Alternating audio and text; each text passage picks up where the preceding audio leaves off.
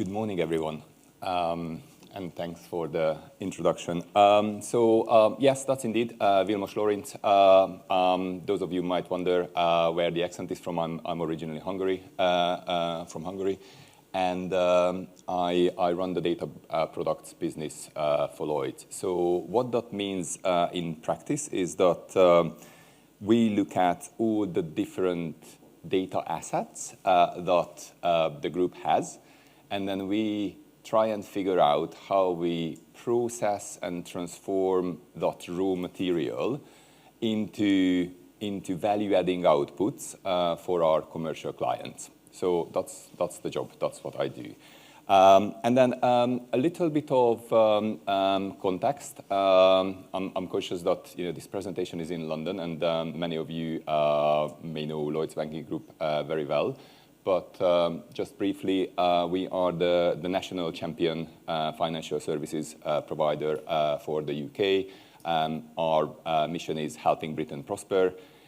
We are the #1 retail bank and consumer finance business, so 25 million plus customers, pretty much 25%-ish market share across all retail or consumer finance products. We also have a wealth business. Importantly, from a data perspective, this means we process more than 50 million transactions every day on the retail side. In addition to that, we are a top 3 to 5 commercial bank. So we have roughly 1 million plus micro clients, 100,000 plus SMEs, and then 10,000 plus clients in the corporate financial institution place.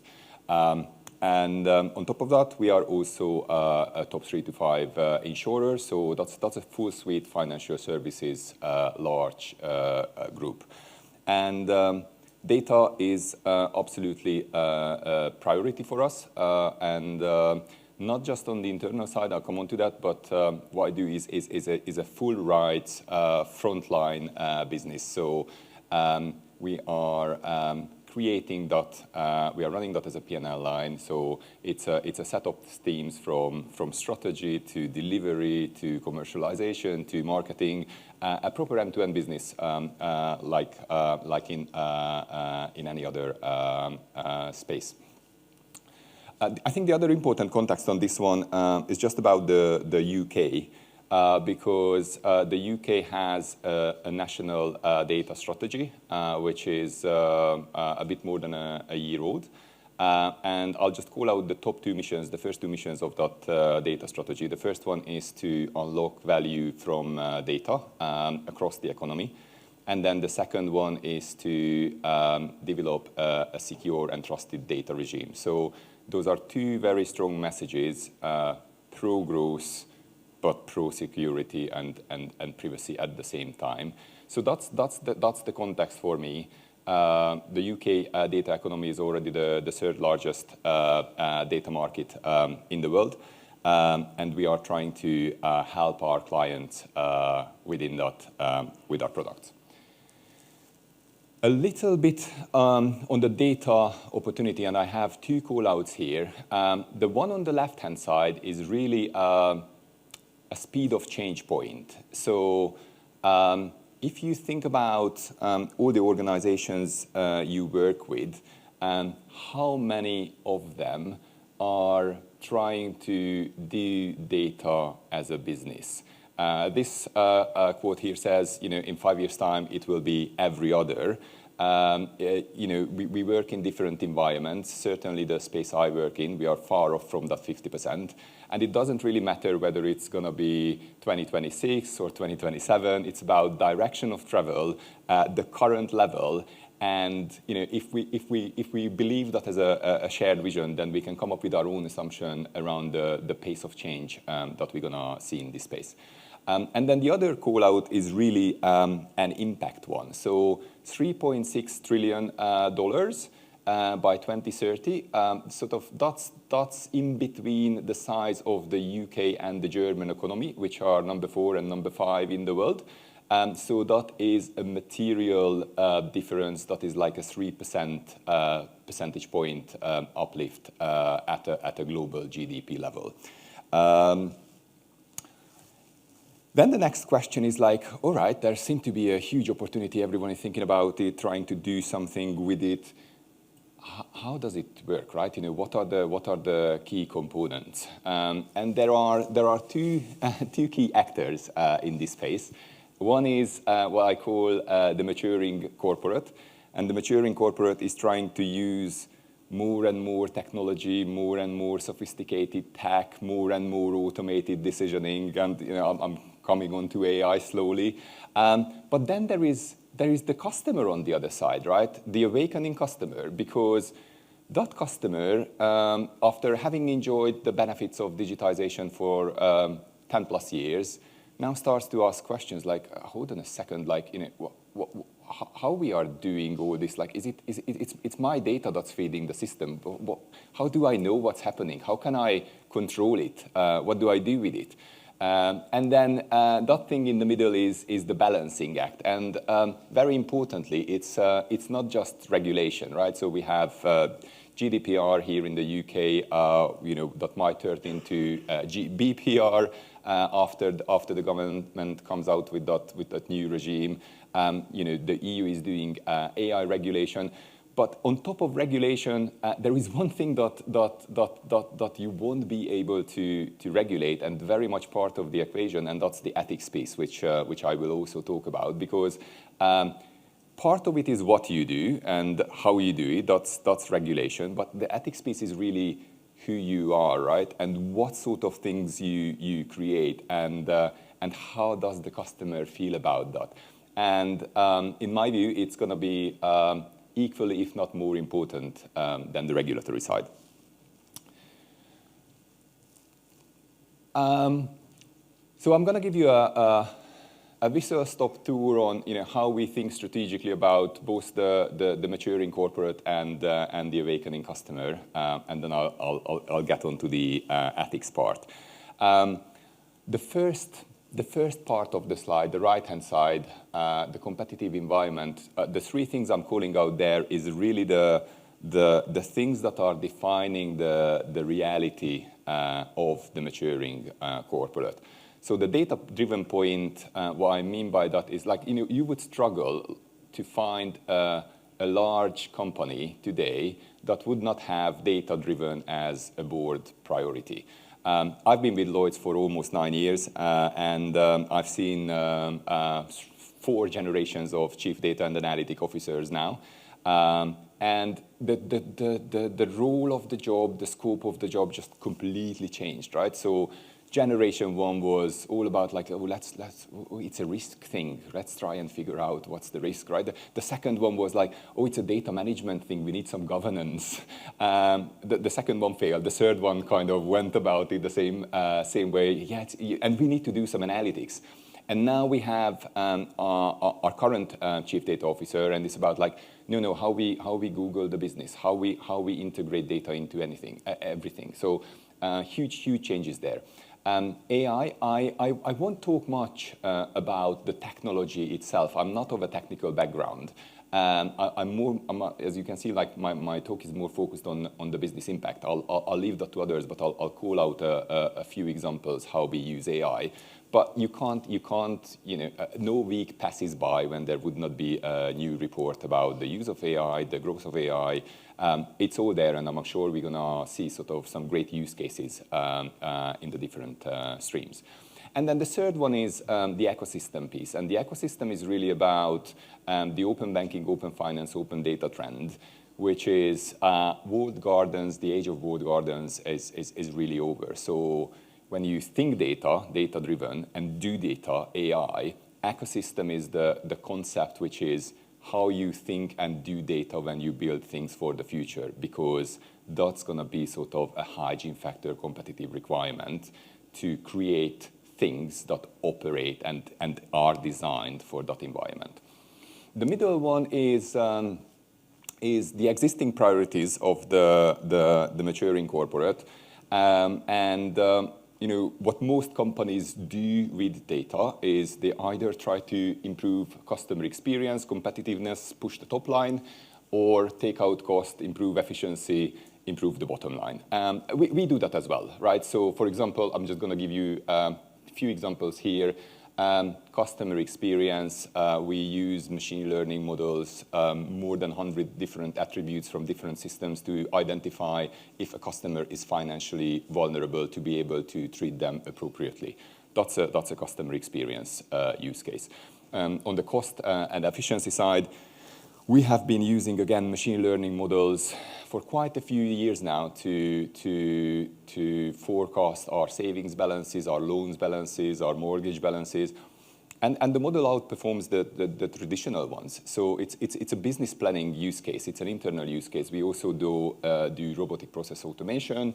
And sort of there isn't, again, any organizations, large one, who would not have a chatbot by this time. We have that as well. It's kind of a mixture of the customer experience and cost efficiency point. But that is existing scope, existing business. And I very much operate on the left-hand side of the slide, which is how then you start to create and manufacture data products. So again, two quick examples. The one that we are in the market with is manufactured from retail transaction data, and it helps commercial clients to understand their customers. So what do they do in all their time, who they are, and what do they do in all their time when we are not interacting with your brand. And we curated more than 10 billion of rows of data, and that's what we use as an underlying asset to help those corporates learning about their customers. Very importantly, it's privacy first, privacy by design. It's all aggregated, anonymized. No one can get back to anyone on the back of this product. I'm going to give you another example. We are manufacturing a carbon calculator from our commercial transaction data that helps commercial clients understand what their footprint is and how they can improve that or make the right ESG decisions for themselves and their customers and clients. And then there is digital ID. Digital ID, I call it out separately because it links to the ecosystem point, right? So again, if we share that vision, right, so that in 10 years' time data will flow between organizations like emails do today, then digital ID is a mission-critical component of that ecosystem. It creates the gates, it creates linkages within that ecosystem. We do digital ID. We have it in a proof of concept stage, and we also talked about it to our commercial clients. A little bit on the next. So how does this business work then? What is the data ecosystem? What is our view on what it's going to be like and what's emerging? I'll draw your attention to the middle part of the slide because those are the different mechanisms that will facilitate these data flows between companies, and the use of external data is getting more and more common. So you can think about self-serve portals, you can think about data science platforms that are available for external clients. You can think about data clean rooms that will enable mixing and matching of client data and our data. And those are the data platforms that big players like Lloyd's banking group can do. But then in addition to that, you also have the external data platforms where there are some fantastic startup scale-ups, some of them with way more than 100 million plus funding now, who then gather externally available data inputs and start to transform, again, same logic, that raw material into something that is useful for clients or commercial entities. And also they are doing it in an ecosystem fashion where all that is available through API subscriptions. And then for the smaller players who want to get data inputs and outputs, we can also see lots of different data marketplaces emerging. So that's our view. That's our point of view on how this world work in a few years' time, and that's the key to that sort of 3.6 trillion opportunity. That's the business model behind it. But all fine, yeah. So the corporate can think about it. We can push more and more tech into it. But then, what does the customer think? And there are three important messages here. The first one is around digitization, right? So digitization is the engine between data generation. Digitization is what produces more and more data. And the customer expectation there, I won't spend too much time on that. I think that's hygiene factor. Everyone wants everything to be 5-star seamless experience, real time on my mobile. That's standard today. The interesting thing is then the second circle, which is yes, and then I want it to be safe. I want it to be transparent. I want to know what's happening. Really interestingly, in one of my previous jobs, I was leading on GDPR compliance for both our retail and transformation division. We tried to measure the awareness around privacy. We got to a fraction of a percentage point awareness. And where we are today, 5 million people are using open banking. In addition to that, open banking and the access need to be re-authenticated on a 90-day basis. It's a different matter whether this is the most pro-business model or fintechs like it or not. But what that means is that there are 5 million people in this country who are conditioned to turn their data tap on and off, on and off. That's becoming new behavior. It's embedded into open banking. And when we do research now, like from one of the major consultancy houses, I just saw that they published a new report in the morning, actually very similar results to what we get. So our research says that 75% of the people want control, want transparency, want to be able to set what's happening with their data. And then they also say, like, I don't mind if you share it with others, but I just want to know how that impacts me. And that flows into trust. Again, we did research in this space, like banks and healthcare providers and the government are best placed. But there is a huge thing around trust, because unsurprisingly, social media is at the very bottom of the list. And our research says, like, yeah, I'm happy with the sharing stuff, but is social media sharing it with others? I'm not really, because I just lost that trust.